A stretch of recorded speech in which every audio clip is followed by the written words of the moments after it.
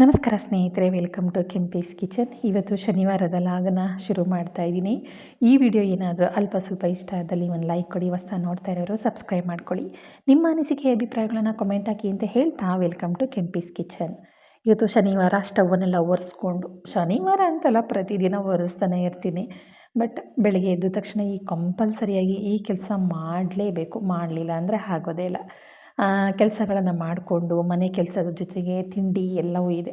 ಇವತ್ತೇನು ಸಾಂಬಾರು ಮಾಡೋ ಅವಶ್ಯಕತೆ ಇಲ್ಲ. ಯಾಕೆಂದರೆ ನಿನ್ನೆ ಸೊಪ್ಪು ಬೇಳೆ ಹಾಕಿ ಸಾರು ಮಾಡಿದ್ನಲ್ವ, ಸಾಂಬಾರು ಅದೇ ಇದೆ. ತುಂಬಾ ಟೇಸ್ಟಿಯಾಗಿತ್ತು. ಜೊತೆಗೆ ಇನ್ನೊಂದು ಏನಂದರೆ, ಬೇಳೆ ಸಾಂಬಾರು ಪುಡಿ ತಿಂದು ತಿಂದು ಬೇಜಾರಾಗಿತ್ತಾ, ಅದಕ್ಕಾಗಿ ನಾನೇ ಮನೆಯಲ್ಲಿ ಅದೇ ತಾನೇ ಮಾಡಿ ಪೌಡ್ರನ್ನ ಹಾಗೇ ಹುರ್ಕೊಂಡು ಎಲ್ಲನೂ ಏನೇನು ಬೇಕು ಹಾಕಿ ಹುರ್ಕೊಂಡು ರೆಡಿ ಮಾಡಿ ತಕ್ಷಣವೇ ಅಡುಗೆ ಮಾಡಿದೆ. ಅಬ್ಬಾ, ಎಷ್ಟು ಚೆನ್ನಾಗಿತ್ತು ಗೊತ್ತಾ! ಪೌಡ್ರು ಘಮ ಘಮ ಅಂತಿತ್ತು. ಜೊತೆಗೆ ಬೇಳೆ ಸಾಂಬಾರಂತೂ ಸಖತ್ತಾಗಿ ಸೈಕಾಗಿತ್ತು. ಆಯಿತಾ, ಇವತ್ತು ಸೋಯಾ ಚಂಕ್ಸ್ ಟೊಮೊಟೊ ಬಾತ್ ಮಾಡ್ತಾಯಿದ್ದೀನಿ. ನಮ್ಮ ಮನೆಯಲ್ಲಿ ಸ್ವಲ್ಪ ರೈಸ್ ಐಟಮ್ ಅಂದರೆ ಎಲ್ಲರೂ, ಅದರಲ್ಲೂ ನನ್ನ ಮಗನಿಗೆ ತುಂಬ ಇಷ್ಟ. ಸೋಯಾ ಚಂಕ್ಸ್ ಅಂದರೆ ಜಗಳ ಮಾಡೋದು ಸರಿ. ನನಗೆ ಒಂದಾ ಬಂತು, ನೀನು 2 ತಗೊಂಡೆ, ನಿನಗೆ ಅವನು ಜಾಸ್ತಿ ಬಂದಿದೆ, ನನಗೆ ಕಡಿಮೆ ಬಂದಿದೆ, ಇದೇ ಜಗಳ. ಸೋಯಾ ಚಂಕ್ಸ್ ಬಂತು ಅಂದರೆ ಸಿಕ್ಕಾಪಟ್ಟೆ ಮನೆಯಲ್ಲಿ ಮಾತುಕತೆಗಳು. ಅದಕ್ಕಾಗಿ ಇವತ್ತು ಮಗನಿಗೋಸ್ಕರ ಸೋಯಾ ಚಂಕ್ಸ್ ಹಾಕಿ ಒಂದು ಟೊಮೊಟೊ ಬಾತನ್ನು ಮಾಡ್ತಾಯಿದ್ದೀನಿ. ರೆಸಿಪಿ ಮಾತ್ರ ತುಂಬಾ ಚೆನ್ನಾಗಿರುತ್ತೆ. ನಿಜವಾಗ್ಲೂ ಮಕ್ಕಳಂತೂ ತುಂಬ ಇಷ್ಟಪಟ್ಟು ತಿಂತಾರೆ. ಖಂಡಿತ ಟ್ರೈ ಮಾಡಿ.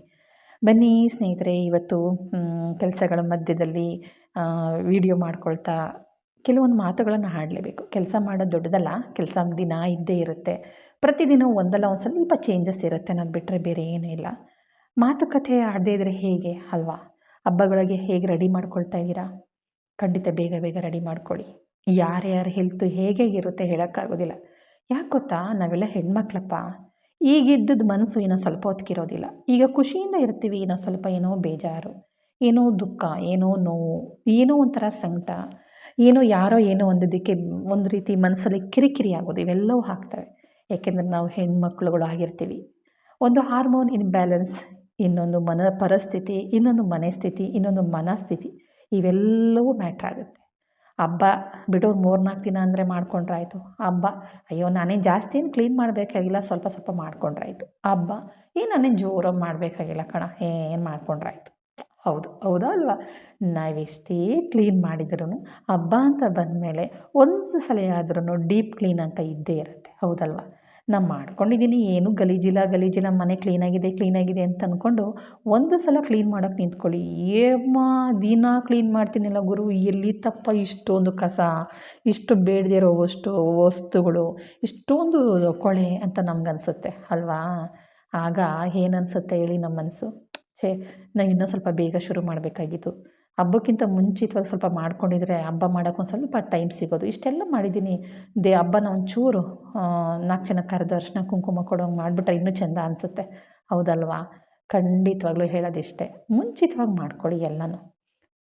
ಪ್ರಿಪ್ರೇಷನ್ ಅಂತನ್ನೋದು ತುಂಬ ಇಂಪಾರ್ಟೆಂಟ್. ಅದಿಲ್ಲ ಅಂದರೆ ನಾವೇನು ಮಾಡೋಕ್ಕೆ ಆಗೋದಿಲ್ಲ. ಪ್ರತಿಯೊಂದಕ್ಕೂ ಅದರದ್ದೇ ಆದ ಸ್ಥಾನ ಇರುತ್ತೆ. ಹೆಣ್ಮಕ್ಳು ಹೇಗೆ ಅಂತಂದರೆ, ಪ್ರಸಾದ ಏನು ಮಾಡಬೇಕು, ಯಾರ್ಯಾರನ್ನು ಕರಿಬೇಕು, ದೇವರಿಗೆ ಯಾವ ಸೀರೆ ಉಡಿಸ್ಬೇಕು, ದೇವ್ರ ಮುಂದೆ ಇಡುವಂತಹ ಪೂಜಾ ಸಾಮಗ್ರಿಗಳು, ಹಣ್ಣಾಗಿರ್ಬೋದು, ಏನೇ ಆದ್ರೂ ಏನೇನೋನ ಮಾಡಬೇಕು, ಜನಗಳಿಗೆ ಬಂದವ್ರಿಗೆ ಯಾವ ರೀತಿ ಫಲತಾಂಬೂಲನ ಕೊಡಬೇಕು, ಇದೆಲ್ಲವೂ ಹೆಣ್ಮಕ್ಳು ಸಿಕ್ಕಾಪಟ್ಟೆ ಮ್ಯಾಟ್ರ್ ಮಾಡ್ಕೊಳ್ತೀವಿ. ತುಂಬ ಯೋಚನೆ ಮಾಡ್ತೀವಿ. ಇದಕ್ಕೆ ರೈಟ್ ಕಮ್ಮಿ, ಇದಕ್ಕೆ ರೈಟ್ ಜಾಸ್ತಿ, ಇದನ್ನು ಇಷ್ಟು ಕೊಟ್ಟರೆ ಆಗಲ್ವಾ, ಇದು ಕಮ್ಮಿ ಆಯಿತು, ಇದು ಜಾಸ್ತಿ ಆಯಿತು, ಅಯ್ಯೋ ಬರೀ ಇಷ್ಟೇ ಕೊಟ್ಟರೆ ಸಾಕಾ, ಇವೆಲ್ಲವೂ ಯೋಚನೆ ಮಾಡ್ತೀವಿ ಅಲ್ವಾ? ಇದ್ರ ಮಧ್ಯದಲ್ಲಿ ಮನೆ ಕೆಲಸ ಅಂತ ಸೇರ್ಕೊಂಡಾಗ ಸಿಕ್ಕಾಪಟ್ಟೆ ಕಿರಿಕಿರಿ ಜಾಸ್ತಿ ಆಗುತ್ತೆ. ನಿಜವಾಗ್ಲೂ ನಾವು ಅಂದ್ಕೊಳ್ತೀವಿ, ಇವತ್ತು ಮನೆ ಕೆಲಸ 2 ದಿನ 3 ದಿನಕ್ಕೆ ಮುಗಿಸ್ಬಿಡ್ತೀನಿ, ಏನು ಮಹಾ ಅಂತ. ಮನೆ ಕೆಲಸದಲ್ಲಿ 100% ಮನೆ ಕೆಲಸದಲ್ಲಿ ಸುಮಾರು 2 ನಿಮಿಷದ ಕೆಲಸ, 5 ನಿಮಿಷದ ಕೆಲಸಗಳೇ ಜಾಸ್ತಿ. 100%ಅಲ್ಲಿ 70-75% 2 ನಿಮಿಷ 5 ನಿಮಿಷದ ಕೆಲಸಗಳೇ ಜಾಸ್ತಿ ಇರುತ್ತೆ. ಈ 2 ನಿಮಿಷ 5 ನಿಮಿಷ ಅಂತ ನಾವು ನೆಗ್ಲೆಕ್ಟ್ ಮಾಡ್ಬೋದು. ಹೌದಲ್ವಾ? ಆದರೆ ಅವುಗಳು ಕಿರಿಕಿರಿ ಕೊಡುವಷ್ಟು, ಅವುಗಳು ನೆಮ್ಮದಿ ಹಾಳು ಮಾಡೋಷ್ಟು ಕೆಲಸಗಳು ಇನ್ಯಾವುದೂ ಮಾಡೋದಿಲ್ಲ. ಇಡೀ ವ್ಯವಸ್ಥೆನೇ ಅಲ್ಲೋಲ ಕಲ್ಲೋಲ ಮಾಡಾಕ್ಬಿಡುತ್ತೆ. ಇಡೀ ಹಬ್ಬನೇ ನೆಮ್ಮದಿ ಇಲ್ಲದಂಗೆ ಮಾಡಾಕ್ಬಿಡುತ್ತೆ. ಯಾಕೋ ಈ ಸಲ ಸರಿಯಾಗಿ ಹಬ್ಬ ಮಾಡೋಕ್ಕೆ ಆಗಲಿಲ್ಲ ಕಣ, ಮನೆ ಕೆಲಸನ ಬೇಗ ಇಟ್ಕೊಬೇಕಾಗಿತ್ತು, ಏನಿಲ್ಲ ಅಂದ್ಕೊಂಡೆ, ನನಗೆ ಟೈಮ್ ಹೋಗಿದ್ದೇ ಗೊತ್ತಾಗೋಲ್ಲ ಅಂತ ಅಂತೀವಿ. ಇದರೆಲ್ಲ ಮಧ್ಯದಲ್ಲಿ ಹೆಣ್ಮಕ್ಳು ಆರೋಗ್ಯ ಸಮಸ್ಯೆ, ಮನಸ್ಸಿನ ಸಮಸ್ಯೆ, ಇವೆಲ್ಲವೂ ಮ್ಯಾಟ್ರ್ ಆಗುತ್ತೆ ಸ್ನೇಹಿತರೆ. ಹಾಗಾಗಿ ಆದಷ್ಟು ಬೇಗ ಕೆಲಸಗಳನ್ನು ಶುರು ಮಾಡ್ಕೊಳ್ಳಿ. ಕೆಲಸ ಮಾಡೋದ್ರ ಜೊತೆಗೆ ಕೆಲವೊಂದು ನಾವು ಸ್ವಲ್ಪ ಕಾಂಪ್ರಮೈಸ್ ಮಾಡ್ಕೋಬೇಕಾಗತ್ತೆ. ದುಡ್ಡಿರೋದಿಲ್ಲ, ಪರಿಸ್ಥಿತಿಗೆ ಒಂದು ಒತ್ತಡಕ್ಕೆ ಸಿಕ್ಕಿ ಹಬ್ಬ ಮಾಡೋಕ್ಕಾಗೋದಿಲ್ಲ.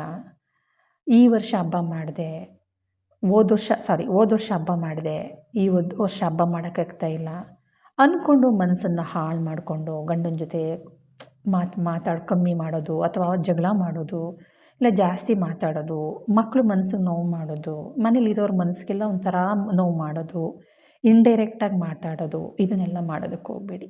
ಹಬ್ಬ ಅಂತನ್ನೋದನ್ನು ನಾವುಗಳು ಮಾಡ್ಕೊಂಡು ಬಂದಿರೋದು. ಲಕ್ಷ್ಮಿ ಅಂತನ್ನೋಳು ಹಬ್ಬದ ದಿನವೇ ಬರೋದಿಲ್ಲ, ಅದನ್ನು ನೆನಪಲ್ಲಿಟ್ಕೊಳ್ಳಿ. ಹಬ್ಬ ಅನ್ನೋ ದಿನ ನಮ್ಮ ಮನೆಯಲ್ಲಿ ಹೇಳೋದು ಒಂದೇ, ನಾನು ಯಾವತ್ತು ಖುಷಿಯಾಗಿರ್ತೀವೋ ಆವತ್ತೇ ಯುಗಾದಿ, ನಾನು ಯಾವತ್ತು ಹೊಸ ಬಟ್ಟೆ ತಗೋತೀನೋ ಆವತ್ತೇ ದೀಪಾವಳಿ. ಹಾಗೆ ಅಂತ ಇದ್ದಿದ್ದನ್ನು ಸ್ನೇಹಿತರೆ, ಹೌದು, ನೀವೇನೇ ಹೊಸ ಬಟ್ಟೆ ತಗೊಂಡು ಬಗೆಯಾಗಿ ಅಡುಗೆ ಮಾಡ್ಕೊಂಡು ಊಟ ಮಾಡಿ ಹಬ್ಬದ ದಿನ ಏನೋ ಒಂಥರ ಮನಸ್ಸು ಒಂದು ರೀತಿ ಏನೂ ಗೊತ್ತಿಲ್ಲದಿರ ನೋವಾಗುತ್ತೆ. ಮನೆಯಲ್ಲಿ ಏನು ಹೊಂದಿರೋದೇ ಇಲ್ಲ, ಆಡಿರೋದಿಲ್ಲ, ಯಾವುದು ಜಗಳ ಜೂಟಿ ಏನೂ ಇರೋಲ್ಲ. ಸಡನ್ನ ಮನಸ್ಸಿಗೆ ಏನೋ ಒಂಥರ ನೋವು, ಏನೋ ದುಃಖ, ಏನೋ ಒಂಥರ ಬೇಜಾರು. ಎಲ್ಲ ಆಗಿದ್ರೂ ಒಂದು ಉಟ್ಕೊಳ್ಳಲ್ಲ, ತೊಟ್ಕೊಳ್ಳೋದಿಲ್ಲ. ಸೀದಾ ಸಾದಾ ಒಂದು ಹಳೆ ಬಟ್ಟೆ ಹಾಕ್ಕೊಂಡು ಇಲ್ಲ ಒಂದು ನೈಟಿ ಸಿಗಿಸ್ಕೊಂಡು ಇದ್ಬಿಡ್ತೀವಿ, ತಲೆ ಬಾಚದೆ ಒಂದು ಗಂಟು ಹಾಕ್ಕೊಂಡು ಇದ್ಬಿಡ್ತೀವಿ. ಹೌದಲ್ವಾ?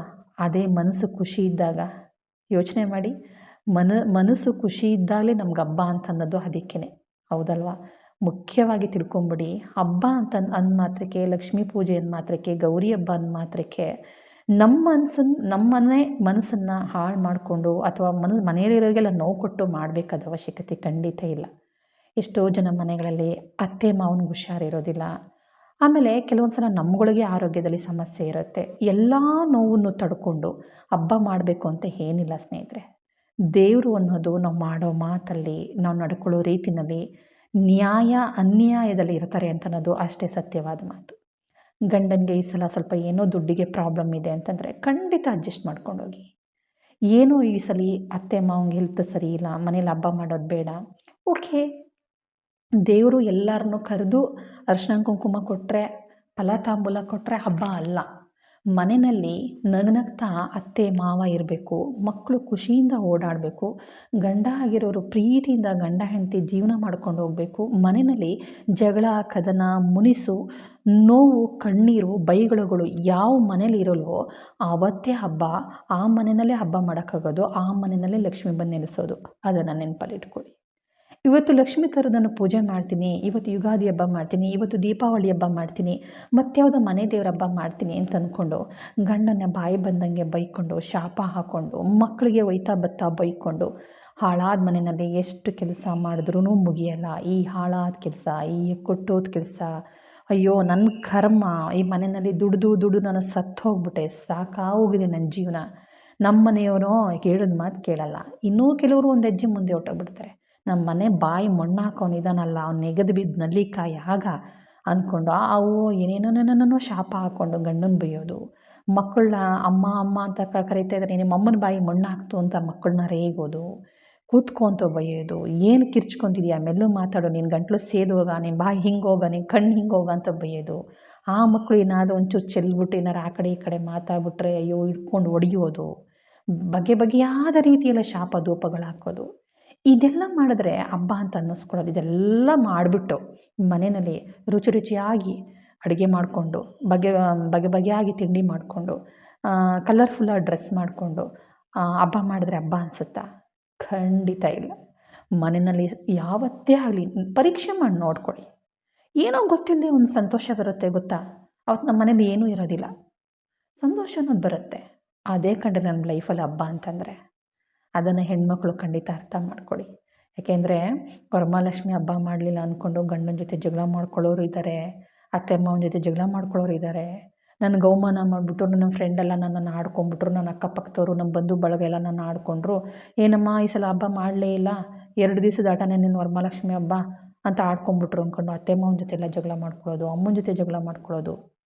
ನಾವು ವರಮಹಾಲಕ್ಷ್ಮಿ ಹಬ್ಬ ಮಾಡಿದ್ರೆ ನನ್ನ ಸೀರೆನೇ ಕೊಡಬೇಕು, ಬ್ಲೌಸ್ ರವಿಕೆ ಕಣನೇ ಕೊಡಬೇಕು, ಈ ಥರ ತಾಂಬೂಲನೇ ಕೊಡಬೇಕು, ಹಣ್ಣಿಟ್ಟೇ ಕೊಡಬೇಕು, ಅವ್ರಿಗೆ ಈ ಥರನೇ ಪ್ರಸಾದ ಮಾಡಬೇಕು, ಈ ರೀತಿಯಾಗಿ ಮಾಡಬೇಕು. ಕನಸು ನಿಜ ಒಪ್ಕೊಳ್ಳೋಣ. ವ್ಯವಸ್ಥೆಗಳೇ ಸರಿ ಇಲ್ಲ ಅಂತಂದರೆ ನಾವು ಸಾಲ ಸೋಲ ಮಾಡಿ ಹಬ್ಬ ಮಾಡಿ ಏನು ಪ್ರಯೋಜನ?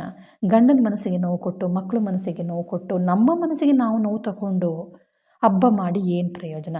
ಲಕ್ಷ್ಮಿ ಯಾವ ಕಡೆ ಮೂಲೆಯಿಂದ ಬರ್ತಾಳೆ? ಖಂಡಿತ ಬರಲ್ಲ. ಲಕ್ಷ್ಮಿಗೆ ಬೇಕಾಗಿರೋದು ಸ್ವಚ್ಛತೆ, ಶುದ್ಧ ಮನಸ್ಸು. ಅವಳು ಬೇಕಾಗಿರೋದು ಒಂದು ರುಚಿಯಾಗಿರೋ ಒಂದು ಚಿತ್ರಾನ್ನ, ಒಂದು ಕಡಲೆ ಹಿಟ್ಟಾಗಿರ್ಬೋದು, ಇಲ್ಲ ಕಡಲೆಬೇಳೆ ಪಾಯಸ, ಹೆಸರುಬೇಳೆ ಪಾಯಸ, ಒಂದಿಷ್ಟನ್ನು ಮಾಡಿ ನೈವೇದ್ಯಕ್ಕಿಟ್ಟು ಕಳಸಕ್ಕೆ ಏನು ಬೇಕೋ ಅದನ್ನು ಮಾಡಿ ಆ ನನ್ನ ತಾಯಿಗೆ ಅರ್ಪಿಸಿದ್ರೆ ಆ ನನ್ನ ತಾಯಿ ಹಬ್ಬ ಆದಂಗೆ. ಬಗೆ ಬಗೆಯೆಲ್ಲ ತಿಂಡಿ ಮಾಡಿ ಕಷ್ಟಪಟ್ಕೊಂಡು ನರಳ್ಕೊಂಡು ಬೈಕೊಂಡು ಎಲ್ಲ ರೀತಿ ತಿಂಡಿನ ಮುಂದೆ ಇಟ್ಟು ಶೃಂಗಾರ ಬಂಗಾರ ಮಾಡಿದ್ರೆ ಅದು ಹಬ್ಬ ಅನ್ನಿಸ್ಕೊಳ್ಳೋದಿಲ್ಲ. ಯಾಕೆಂದರೆ ನಮ್ಮ ಮನಸ್ಸಿಗೆ ನೋವಿರುತ್ತಲ್ಲ, ಮನೆಯವ್ರಿಗೆಲ್ಲ ನೋವು ಕೊಟ್ಟಿರ್ತೀವಲ್ಲ, ಹಬ್ಬ ಎಲ್ಲಿಂದ ಮಾಡೋಕ್ಕೆ ಸಾಧ್ಯ? ನಗ್ನಗ್ತಾ ಮನೇಲಿರಿ, ಅಡ್ಜಸ್ಟ್ ಮಾಡ್ಕೊಂಡು ಹೋಗಿ, ಅಷ್ಟೇ ನಾನು ಹೇಳೋದು. ಓಕೆ ಸ್ನೇಹಿತರೆ, ಇವತ್ತು ಸ್ವಲ್ಪ ದೋಸೆ ನೆನೆ ಹಾಕಬೇಕಾಗಿತ್ತು. ದೋಸೆನ ಬೆಳಿಗ್ಗೆನೇ ನೆನೆ ಹಾಕಿಬಿಟ್ಟೆ. ಇನ್ನು ಬೆಡ್ ಕವರೆಲ್ಲ, ದಿಮ್ಮನ ಕವರೆಲ್ಲ ಚೇಂಜ್ ಮಾಡೋಣ ಅಂತ ಎಲ್ಲನೂ ಚೇಂಜ್ ಮಾಡ್ತಾಯಿದ್ದೀನಿ. ಇಡೀ ಮನೆಯೆಲ್ಲ ಕ್ಲೀನ್ ಮಾಡ್ಕೊಂಡು ಬರೋಣ ಅಂತ. ಎಷ್ಟು ಸಾಧ್ಯ ಆಗುತ್ತೋ ಅಷ್ಟು ಸಂಪೂರ್ಣವಾಗಿ ಎಲ್ಲನೂ ಮಾಡ್ತೀನಿ ಅಂತ ಹೇಳೋಕ್ಕಾಗೋದಿಲ್ಲ. ನನ್ನ ಕೈಯಲ್ಲಿ ಎಷ್ಟು ಸಾಧ್ಯನೋ ಅಷ್ಟು. ಏಕೆಂದರೆ ನಾನು ಮೆಂಟಲಿ ಹೆಲ್ತಿಯಾಗಿರಬೇಕು. ನಾನು ಮನಸ್ಸನ್ನು ಕೆಡಿಸ್ಕೊಂಡ್ರೆ ನಾನು ಆಫೀಸ್ಗೆ ಹೋಗ್ಬಿಟ್ಟು ಕೆಲಸ ಮಾಡೋಕ್ಕಾಗೋದಿಲ್ಲ. ಒಂದೊಂದು ಸಲ ನಮ್ಮ ಬಾಸ್ ಮೇಲೆ, ನಮ್ಮ ಕೊಲೀಗ್ಸ್ ಮೇಲೆ ಸಿಕ್ಕಾಪಟ್ಟೆ ಸಿಟ್ಟು ಬಂದುಬಿಡುತ್ತೆ. ನಾನು ಮನೆ ಬಗ್ಗೆ ಆಗಲಿ, ಕೆಲಸದ ಬಗ್ಗೆ ಆಗಲಿ ಯೋಚನೆ ಮಾಡ್ಕೊಂಡು ತಲೆ ಕೆಡಿಸ್ಕೊಂಡ್ರೆ. ಇವತ್ತಾಗಲಿಲ್ವಾ, ನಾಳೆ ಮಾಡ್ಕೊಳ್ತೀನಿ. ಇಲ್ಲ, ನಾನು ಮಾಡಬೇಕು ಅಂದ್ಕೊಂಡು ಒಂದು ಟಾರ್ಗೆಟ್ ಇಟ್ಕೊಂಡಂತೂ ಖಂಡಿತ ಮಾಡೋದಿಲ್ಲ. ಇವತ್ತು 4 ಕೆಲಸ, 5 ಕೆಲಸ ಇಟ್ಕೊಂಡಿರ್ತೀನಿ. ಆ ಕೆಲಸ ಮಾಡೋಕ್ಕಾಗಲಿಲ್ಲ, ಪರವಾಗಿಲ್ಲ, ಒಂದು ಕೆಲಸ ಸ್ಕಿಪ್ ಆಯಿತಾ, ನಾಳೆ ಮಾಡಿಕೊಂಡ್ರೆ ಆಯಿತು. ಈ ರೀತಿ ಒಂದು ಕಾಂಪ್ರಮೈಸ್ ಮಾಡಿಕೊಂಡು ನಾನು ಕೆಲಸನ ಮಾಡ್ಕೊಳ್ತೀನಿ, ಆಯಿತಾ. ಇನ್ನು ಮೈ ಒರೆಸೋದು, ತಲೆ ಕಟ್ಟೋದು, ಈ ಕರ್ಚೀಫ್ ಅಂತೂ ತಲೆಗೆ ಡೈಲಿ ಕಟ್ಕೊಂಡೇ ಮಲ್ಕೋತೀನಿ, ಇಲ್ಲಾಂದ್ರೆ ನಿದ್ರೆನೇ ಬರೋದಿಲ್ಲ. ಮೈ ಒರೆಸ್ಕೊಳ್ಳೋ ಟವಲ್ಲೇ ಬೇರೆ ಇರುತ್ತೆ, ಮುಖ ಒರೆಸೋದೇ ಬೇರೆ ಟವಲ್ ಇರುತ್ತೆ. ಹಾಗಾಗಿ ಅದನ್ನೆಲ್ಲನೂ ವಾಶ್ ಮಾಡೋಕ್ಕಾಗ್ತೀನಿ. ಕಂಪಲ್ಸರಿಯಾಗಿ ವೀಕ್ಲಿ 2 ಡೇಸಲ್ಲಿ, ಒನ್ ಡೇಸಲ್ಲಿ ಖಂಡಿತ ಇದನ್ನು ಹಾಕಲೇಬೇಕು, ಇಲ್ಲಾಂದರೆ ಆಗೋದೇ ಇಲ್ಲ. ಇನ್ನು ಎಲ್ಲ ದಿಂಬು 2 ಕವರ್ ಹಾಕಿದೆ. 2 ದಿಂಬಿನ ಕವರ್ ಆಗಲೇ ಮಗ ಕಿತ್ತು ಎಸ್ತಿದ್ದಾನೆ. ಇನ್ನೊಂದೊಂದು ಕವರ್ ಇದೆ, ಅದನ್ನೆಲ್ಲನೂ ವಾಶ್ ಮಾಡೋಕ್ಕಾಗಬೇಕು. ವಾಶ್ ಮಾಡೋಕ್ಕಾಕಿದ್ಮೇಲೆ ಉಳಿದದ ಕೆಲಸನ ಮಾಡ್ಕೊಳ್ತೀನಿ. ಸ್ನೇಹಿತರೆ, ಖಂಡಿತ ಹಬ್ಬ ಮಾಡೋರೆಲ್ಲ ಖುಷಿಯಿಂದ ಸಂತೋಷದಿಂದ ಮಾಡಿ. ಮಕ್ಕಳನ್ನ ಬೈಬೇಡಿಯಪ್ಪ ಹಬ್ಬದ ದಿನ. ಯಜಮಾನನಿಗೆ ಶಾಪ ಹಾಕಬೇಡಿ. ಗಂಡ ಬೈಕೊಳ್ತಾ ಇರ್ತಾನ, ಜಗಳ ಮಾಡೋಕ್ಕೆ ಹೋಗ್ಬೇಡಿ. ಯಾಕಾಗುತ್ತಾ, ಮನೆ ನೆಮ್ಮದಿ ಹಾಳಾಗ್ಬಿಡತ್ತೆ. ಕುಣ್ಕೊಳ್ಳಿ, ಎಷ್ಟೊತ್ತು ಕುಣ್ಕೋತಾರೆ, ಕುಣೀಲಿ. ನಾನು ಹೇಳೋದು. ನಮ್ಮ ಮನಸ್ಸನ್ನು ಹಾಳು ಮಾಡಿಕೊಂಡು, ಮಕ್ಕಳ ಮನಸ್ಸನ್ನು ಹಾಳು ಮಾಡಿಕೊಂಡು ಹಬ್ಬ ಮಾಡಿದ್ರೆ ಪ್ರಯೋಜನ ಅಂತೂ ಖಂಡಿತ ಇಲ್ಲ. ಅಷ್ಟು ಮಾತ್ರ ನಾನು ಹೇಳಬಲ್ಲೆ. ಯಾಕೆ ಈ ಹೇಳ್ತಾ ಇದ್ದೀನಿ ಅಂತಂದರೆ, ನಾನು ಈ ಮನೆಗೇನು ಬಂದು ಸುಮಾರು ಹೆಚ್ಚು ಕಡಿಮೆ 6 ಮಂತ್ ಆಯ್ತಾ ಬಂದು. ನನ್ನ ಅಕ್ಕಪಕ್ಕ ನೋಡ್ತಾ ಇರ್ತೀನಿ, ಅತ್ತೆ ಮನೆ ಸೊಸೆದೀರು ಬೈತಾ ಇರೋದು ಮಾತುಗಳು, ಹಬ್ಬಕ್ಕೆ ಕಳಿಸ್ಲಿಲ್ಲ, ಹಬ್ಬ ಮಾಡಲ್ಲ ಅಂತಂದಿಗೆ ಮುನಿಸ್ಕೊಂಡಿದ್ದಾಳೆ ಅನ್ನೋ ಮಾತು, ಇಂಡೈರೆಕ್ಟಾಗಿ ಅತ್ತೆನ ಬೈತಾ ಇರೋದು, ಗಂಡನ್ನ ಹಂಗಿಸ್ತಾ ಇರೋದು, ಈ ಕರ್ಮಕ್ಕೆ ನಾನು ಯಾಕೆ ಮದುವೆ ಮಾಡ್ಕೋಬೇಕಾಯಿತು, ಇನ್ನು ಯಾರೂ ಇಲ್ಲ ಅಂದ್ಕೊಂಡು ಇವನು ಮದುವೆ ಮಾಡ್ಕೊಂಡ ಅನ್ನೋ ಮಾತುಗಳು ಹೆಣ್ಮಕ್ಳು ಬಾಯಿಲು ಬರುತ್ತೆ. ಇವೆಲ್ಲವೂ ನಾನು ಕೇಳಿದಾಗ, ಯಾಕೆ ಈ ಥರ? ಹಬ್ಬ ಮಾಡಲೇಬೇಕಾ? ಹಬ್ಬ ಅಂದರೆ ಏನು? ನಮ್ಮ ಸಂತೋಷ ಅಲ್ವಾ? ಹಬ್ಬ ಅಂತಂದ್ರೇ ಖುಷಿ ಅಲ್ವಾ? ಆ ಹಬ್ಬನ ದುಃಖದಿಂದ ಮಾಡಬೇಕಾ, ನೋವಿಂದ ಮಾಡಬೇಕಾ? ಅತ್ತೆ ಹೇಳ್ತಾ ಇದ್ದಾರೆ, ಬೇಡಮ್ಮ, ಈ ಸಲ ಯಾಕೋ ಸ್ವಲ್ಪ ದುಡ್ಡು ಕಾಸು ತೊಂದರೆ ಆಗಿದೆ, ನೆಕ್ಸ್ಟ್ ಸಲದಿಂದ ಮಾಡ್ಕೊಳ್ಳೋಣ ಜೋರಾಗಿ, ಈ ಸಲ ಸಿಂಪಲಾಗಿ ಮಾಡು ಅಂತ. ಸೊಸೆ ಒಪ್ತಾನೇ ಇಲ್ಲ. ಏನು ಹೇಳ್ತೀರಾ ಇದಕ್ಕೆ? ಹೌದಲ್ವಾ? ಬೇಡ ಬಿಡಿ, ನಿಮ್ಮ ಕೈಲಿ ಮಾಡೋಕ್ಕಾಗಲಿಲ್ಲ ಅಂದರೆ ನಾನು ತವ್ರ ಮನೆಗೆ ಹೋಗ್ತೀನಿ ಅನ್ನೋ ಮಾತು. ಇವೆಲ್ಲವನ್ನು ದಿನನಿತ್ಯ ನಾನು ಅಕ್ಕಪಕ್ಕದಲ್ಲಿ ಕೇಳಿಸ್ಕೊಳ್ತಾ ಇರ್ತೀನಿ. ಇದ್ರ ಬಗ್ಗೆ ಮಾತಾಡಬೇಕಲ್ವಾ? ಮಾತಾಡದೆ ಹೋದರೆ ಆಗೋದಿಲ್ಲ. ಮಾತಾಡೋಣ, ಹಬ್ಬ ಅಂದರೆ ಏನು ಅಂತ ಮಾತಾಡೋಣ. ಯಾಕೆಂದರೆ ಸುಮಾರು ಜನದ ಮನೆಗಳಲ್ಲಿ ಇದೇ ಕತೆ ಆಗಿರುತ್ತೆ. ಆ ಕಾರಣಕ್ಕೋಸ್ಕರ ಬನ್ನಿ, ಇವಾಗ ಸರ್ಪಿನ ಪುಡಿ ಹಾಕಿ ಬಟ್ಟೆಗಳನ್ನೆಲ್ಲ ನೆನೆ ಹಾಕಿಬಿಡ್ತೀನಿ. ಅಲ್ಲಿ ಬಟ್ಟೆ ಅಲ್ಲೇ ನೆನೆ ಹಾಕಿ ವಾಶ್ ಮಾಡಿದ್ರೆ ನನ್ನ ಕೆಲಸ ಈಸಿ ಆಗುತ್ತೆ. ಬಿಡು, ಅಲ್ಲಿರಲಿ, ನಾಳೆ ಮಾಡ್ಕೊಳ್ಳೋಣ, ನಾಳಿದ್ದು ಮಾಡ್ಕೊಳ್ಳೋಣ ಅಂತ ಹೋಗ್ತಾಯಿದ್ರೆ ಖಂಡಿತ ನನ್ನ ಕೆಲಸ ಅಂತೂ ಅಷ್ಟು ಸುಲಭವಾಗಿ ಮುಗಿಯೋದಿಲ್ಲ. ಎಷ್ಟೋ ಸಲ ರಾತ್ರಿ 7:30, 8 ಗಂಟೆಗೆ ಬಂದು ಬಟ್ಟೆ ವಾಶ್ ಮಾಡಿ ಹಾಕಿದ್ದೀನಿ, ಆ ಥರ ಮಾಡಿಬಿಟ್ಟಿದ್ದೀನಿ. ಬಿಡು, ಒಂದೊಂದು 10 ನಿಮಿಷ ತಾನೆ, 5 ನಿಮಿಷ ತಾನೆ, ಈ ಕೆಲಸ ಮುಗಿಸ್ಕೊಂಬಿಡೋಣ, ಆಮೇಲೆ ಹಾಕೋಣ ವಾಷಿಂಗ್ ಮಿಷಿನ್ಗೆ ಅಂದ್ಕೊಂಡು ಟೈಮ್ ಹೋಗಿರೋದೇ ಗೊತ್ತಾಗಲ್ಲ. ಈ ಕಡೆ ವಾಷಿಂಗ್ ಮಿಷಿನ್ ಬಟ್ಟೆ ಆಗಲ್ಲ, ಈ ಕಡೆ ಡ್ಯೂಟಿಗೆ ಹೋಗೋಕೆ ರೆಡಿ ಆಗಲ್ಲ. ಈ ಥರ ಆಗಿಬಿಟ್ಟು ಎಷ್ಟೋ ಸಲ ರಾತ್ರಿ ಬಂದು ವಾಶ್ ಮಾಡಿದ್ದೀನಿ. ಅಂದ್ಕೊಳ್ತೀನಿ ರಾತ್ರಿ ವಾಶ್ ಮಾಡಬಾರ್ದು ಅಂತ, ಬಟ್ ಅದನ್ನು ಹಾಗೇ ಬಿಟ್ಟರೆ ಸ್ಮೆಲ್ ಬರುತ್ತಲ್ಲ. ಹಾಗಾಗಿ ಏನು ಮಾಡ್ತೀನಿ, ಇವಾಗ ಬಟ್ಟೆ ವಾಶ್ ಮಾಡಬೇಕಾ ಪಟ್ಟಂತ ಬೆಳಗ್ಗೆ ಎದ್ದು ಹಾಕ್ಬಿಡ್ತೀನಿ. ಬೆಳಗ್ಗೆ ಎದ್ದು ಬೇಗ ಎಲ್ಲ ಕೆಲಸ ಮುಗಿಸ್ಕೊಂಡು ಒಂದು ಅರ್ಧ ಗಂಟೆ ನೆನೆಸ್ತೀನಿ. ಬಟ್ಟೆನ ನೆನೆಸ್ಬಿಟ್ಟು ಆಮೇಲೆ ವಾಶ್ ಮಾಡೋಕ್ಕಾಗ್ತೀನಿ ಸ್ನೇಹಿತರೆ. ಇನ್ನು ನಾಳಿನ ವಿಡಿಯೋದಲ್ಲಿ ಸ್ನಾನದ ಮನೆ ಬಗ್ಗೆ ಮಾತಾಡೋಣ ಅಂತ. ಏಕೆಂದರೆ ಸ್ನಾನದ ಮನೆ ಅಂತ ಅನ್ನೋದು ಮನುಷ್ಯನಿಗೆ ಆರೋಗ್ಯ. ಅಡುಗೆ ಮನೆ ಹೇಗೋ ಸ್ನಾನದ ಮನೆಯೂ ಹಾಗೆ. ಒಬ್ಬರ ಮನೆ ಮತ್ತು ಒಬ್ಬರ ಆರೋಗ್ಯ ಚೆನ್ನಾಗಿದೆಯಾ, ಅವ್ರಿಗೆ ಏನೂ ತೊಂದರೆ ಇಲ್ವಾ, ಅವರು ಖುಷಿಯಿಂದ ಇದ್ದಾರಾ, ಸಂತೋಷವಾಗಿದ್ದಾರಾ, ಎಲ್ಲರ ಆರೋಗ್ಯನ ಚೆನ್ನಾಗಿದ್ದಾರಾ ಆ ಮನೆಯಲ್ಲಿ? ಹಾಗಾದರೆ ಯಾರು ಏನು ನೋಡ್ತಾರೆ ಗೊತ್ತಾ? ಫಸ್ಟು ಬಾತ್ರೂಮು ಟಾಯ್ಲೆಟ್ ಎರಡನ್ನೂ ನೋಡ್ತಾರೆ, ಹೌದಲ್ವಾ? ಮೊದಲು ಬಾತ್ರೂಮ್ ಟಾಯ್ಲೆಟು ಕರೆಕ್ಟಾಗಿ ಚೆನ್ನಾಗಿ ಕ್ಲೀನಾಗಿತ್ತು ಅಂತಂದರೆ ಇಡೀ ಮನೆಯ ಆರೋಗ್ಯ ಚೆನ್ನಾಗಿದೆ, ಆ ಮನೆ ಒಡತಿ ಎಲ್ಲರ ಆರೋಗ್ಯನೂ ತುಂಬ ಚೆನ್ನಾಗಿ ನೋಡ್ಕೊಂಡಿದ್ದಾಳೆ ಅನ್ನೋ ಅರ್ಥ. ಆ ಮನೆಯಲ್ಲಿ ಕಚ್ಚಾಟ ಕಿತ್ತಾಟ ಆಗ್ತಾ ಇದೆ ಅಂತಂದರೆ ಹಿರಿಯವರು ಹೇಳ್ತಾರೆ, ಅವನ ಮೊದಲು ಕಕ್ಕಸ್ ಮನೆ ತೊಳೆಯೋಕೆ ಬಿಡು ಫಸ್ಟು ಅಂತಂತಿದ್ರು. ಏನು ಗೊತ್ತಾ, ಅಹಂ ಅನ್ನೋದನ್ನು ಮುರಿಯೋದಕ್ಕೋಸ್ಕರ ದೊಡ್ಡವರು ಚಿಕ್ಕ ಮಕ್ಕಳಿಂದನೇ ತೋರಿಸ್ಕೊಡ್ತಿದ್ರು, ಹೋಗಿ ಬಾತ್ರೂಮ್ ತೊಳಿ, ಸ್ನಾನದ ಮನೆ ತೊಳಿ ಅಂತ. ಬಾತ್ರೂಮ್ ತೊಳೆಯೋದು ಅಂತಂದರೆ ಅದು ಕಳಪೆ ಕೆಲಸ ಅಲ್ಲ. ಒಬ್ಬರು ಗುರು ಸೇವೆ ಮಾಡಬೇಕು ಅಂತ ಹೋದರೆ ಗುರುಗಳು ನಮಗೆ ತೊಳೆಯೋಕೆ ಕೊಡ್ತಿದ್ದೆ ಟಾಯ್ಲೆಟು ಬಾತ್ರೂಮ್ನ, ಇದಕ್ಕೆ ಕ್ಲೀನ್ ಮಾಡಿ ಬನ್ನಿ ಅಂತ ಹೇಳೋರು, ಹೌದಲ್ವಾ?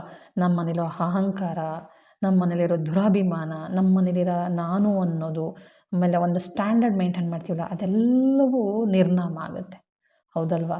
ಆ ಟಾಯ್ಲೆಟು ಬಾತ್ರೂಮ್ ತೊಳೆದಿರೋರು ಎಷ್ಟೋ ಜನ ಜೀವನದಲ್ಲಿ ಕರ್ಮಗಳನ್ನು ಕಳ್ಕೊಂಡು ಉದ್ಧಾರ ಆಗಿರೋರು ಇದ್ದಾರೆ. ಇದ್ರ ಬಗ್ಗೆ ನಾಳಿನ ವಿಡಿಯೋದಲ್ಲಿ ಖಂಡಿತ ಮಾತಾಡ್ತೀನಿ. ಮಕ್ಕಳು ಏನಾಗುತ್ತೆ, ದೊಡ್ಡವ್ರಿಗೆ ಏನು ತೊಂದರೆ ಆಗುತ್ತೆ, ಟಾಯ್ಲೆಟಲ್ಲಿ ಯಾವ ರೀತಿಯಾಗಿ ನಾವು ಸ್ವಚ್ಛವಾಗಿಟ್ಕೊಂಡ್ರೆ ಯಾವ್ಯಾವ ರೀತಿ ತೊಂದರೆಗಳನ್ನು ಅನುಭವಿಸ್ಬೇಕಾಗತ್ತೆ, ಇದೆಲ್ಲನೂ ನಾಳಿನ ವಿಡಿಯೋದಲ್ಲಿ ಮಾತಾಡ್ತೀನಿ ಸ್ನೇಹಿತರೆ. ಅಡಿಗೆ ಮನೆ, ಸ್ನಾನದ ಮನೆ ಎರಡೂ ಚೆನ್ನಾಗಿತ್ತು ಅಂತಂದರೆ ಇಡೀ ಮನೆಯವರ ಮನಸ್ಸು ಮತ್ತು ಆರೋಗ್ಯ ಎರಡೂ ತುಂಬ ಚೆನ್ನಾಗಿರುತ್ತೆ. ಮನೆ ಒಡತಿಯ ಲಕ್ಷಣನ ನೋಡಬೇಕು ಅಂತಂದರೆ ಫಸ್ಟು ದೊಡ್ಡವರು ಬರ್ತಾ ಇದ್ದಿದ್ದೆ ಅಡುಗೆ ಮನೆಗೆ, ಸ್ನಾನ ಮನೆಯಲ್ಲಿದ್ದವ ಸ್ವಲ್ಪ ರಿಸರ್ಚ್ ಮಾಡಬೇಕು, ಒಂಚೂರು ತೋರಿಸವ ಅಂತನ್ನೋರು. ಇನ್ನು ಕೆಲವ್ರು ಕೈಕಾಲು ಮುಖ ತೊಳಿಬೇಕು, ಸ್ವಲ್ಪ ಸ್ನಾನ ಮನೆ ಎಲ್ಲಿದೆ ಅಂತ ತೋರಿಸೋರು, ಹೌದಾ ಅಲ್ವಾ? ಸ್ನಾನ ಮನೆ ಅಂತಂದರೆ ಕಸದ ಗೂಡು ಅಲ್ಲ, ಅಥವಾ ಯಾವತ್ತೋ ಒಂದಿನ ಸ್ನಾನ ಮಾಡ್ಕೊಂಬರ್ತೀವಿ ಅನ್ನೋಂಗೂ ಇಲ್ಲ. ಸ್ನಾನ ಮನೆಯಲ್ಲಿ ಎಷ್ಟೋ ಜನ ಬಟ್ಟೆ ವಾಶ್ ಮಾಡ್ತಾರೆ, ವಾಶ್ ಮಾಡಬಹುದಾ? ಸ್ನಾನದ ಮನೆ ಅಂದ ತಕ್ಷಣ ಒಬ್ರೊಬ್ಬರಿಗೆ ಏಳಿಗೆನೂ ಉಂಟು, ಒಬ್ಬೊಬ್ಬರಿಗೆ ನರಕನೂ ಉಂಟು. ಸ್ನಾನ ಮನೆ ಬಿದ್ದವ್ರು ಏನಾಗ್ತಾರೆ? ಸ್ನಾನದ ಮನೆ ಅಂತಂತಂದರೆ ಯಾವುದ್ರ ಪ್ರಭಾವ? ಸ್ನಾನದ ಮನೆಯಲ್ಲಿ ಮಕ್ಕಳನ್ನ ಬೆಳೆಸಬಾರ್ದು ಯಾಕೆ? ಇನ್ನು ನಮ್ಮ ಲೆಟ್ರಿನ್ ಮನೆಯದು ಫಿಟ್ ಗುಂಡಿ ಇರುತ್ತಲ್ಲ, ಎಷ್ಟೋ ಜನ ಕೆಳಗಡೆ ಫಿಟ್ ಗುಂಡಿ ಇರುತ್ತೆ, ಮೇಲುಗಡೆ ಅಡುಗೆ ಮನೆ ಮಾಡಿರ್ತಾರೆ, ದೇವ್ರ ಮನೆ ಮಾಡಿರ್ತಾರೆ. ಅದ್ರ ಬಗ್ಗೆನೂ ನಾಳೆ ಮಾತಾಡ್ತೀನಿ. ಸ್ನಾನ ಮನೆ ಪಕ್ಕ ದೇವ್ರ ಮನೆ ಇರಬಹುದಾ? ಸ್ನಾನ ಮನೆ ಪಕ್ಕ ಅಡುಗೆ ಮನೆ ಇರ್ಬೋದಾ? ಇವೆಲ್ಲವನ್ನೂ ಮಾತಾಡ್ತೀನಿ. ಇವತ್ತು ಅವತ್ತು ಲೆಟ್ರಿನ್ ಮನೆ ಅಂದ ತಕ್ಷಣ ಮನೆಯಿಂದ ಹೊರಗಡೆ ಎತ್ತಿತ್ತು, ಇವತ್ತು ಜಾಗ ಸಾಕಾಗೋದಿಲ್ಲ, ಅದ್ರ ಬಗ್ಗೆನೂ ಮಾತಾಡೋಣ. ಎಷ್ಟೋ ಜನ ಸ್ನಾನ ಮಾಡೋವಂತಹ ಜಾಗದಲ್ಲೇ ಯೂರಿನ್ ಪಾಸ್ ಮಾಡ್ತಾರೆ, ತಪ್ಪಾ ಸರಿನಾ? ಇದ್ರ ಬಗ್ಗೆ ಮಾತಾಡೋಣ ಸ್ನೇಹಿತರೆ. ತುಂಬ ಇದೆ ಸ್ನಾನದ ಬಗ್ಗೆ ಮಾತಾಡೋದಕ್ಕೆ. ನಿಮಗೇನಾದ್ರೂ ಈ ವಿಡಿಯೋ ಇಷ್ಟ ಆದರೆ ಒಂದು ಲೈಕ್ ಕೊಡಿ. ಈ ವಿಡಿಯೋನ ನಾನು ಇಲ್ಲಿಗೆ ಮುಗಿಸ್ತಾ ಇದ್ದೀನಿ. ನಿಮ್ಮ ಅನಿಸಿಕೆ ಅಭಿಪ್ರಾಯಗಳನ್ನು ಕಾಮೆಂಟ್ ಹಾಕಿ. ನಾಳಿನ ಒಂದು ವಿಡಿಯೋಗೋಸ್ಕರ ವೆಯ್ಟ್ ಮಾಡ್ತೀರಾ ಅಂದ್ಕೊಂಡಿದ್ದೀನಿ. ನಮ್ಮ ಗುರುಗಳಿಗೆ ಆರತಿ ಮಾಡೋದು ಹೇಗೆ ಅಂತ ಕೇಳಿದ್ರಿ, ಖಂಡಿತ ಆ ವಿಡಿಯೋನ ಹಾಕ್ತೀನಿ. ಯಾಕೆಂದರೆ ಪ್ರತಿದಿನವೂ ಆರತಿ ನಡೀತಾ ಇದೆ, ಖಂಡಿತ ಹಾಕ್ತೀನಿ ಅಂತ ಹೇಳ್ತಿ ವಿಡಿಯೋ ಮುಗಿಸ್ತಾ ಇದ್ದೀನಿ.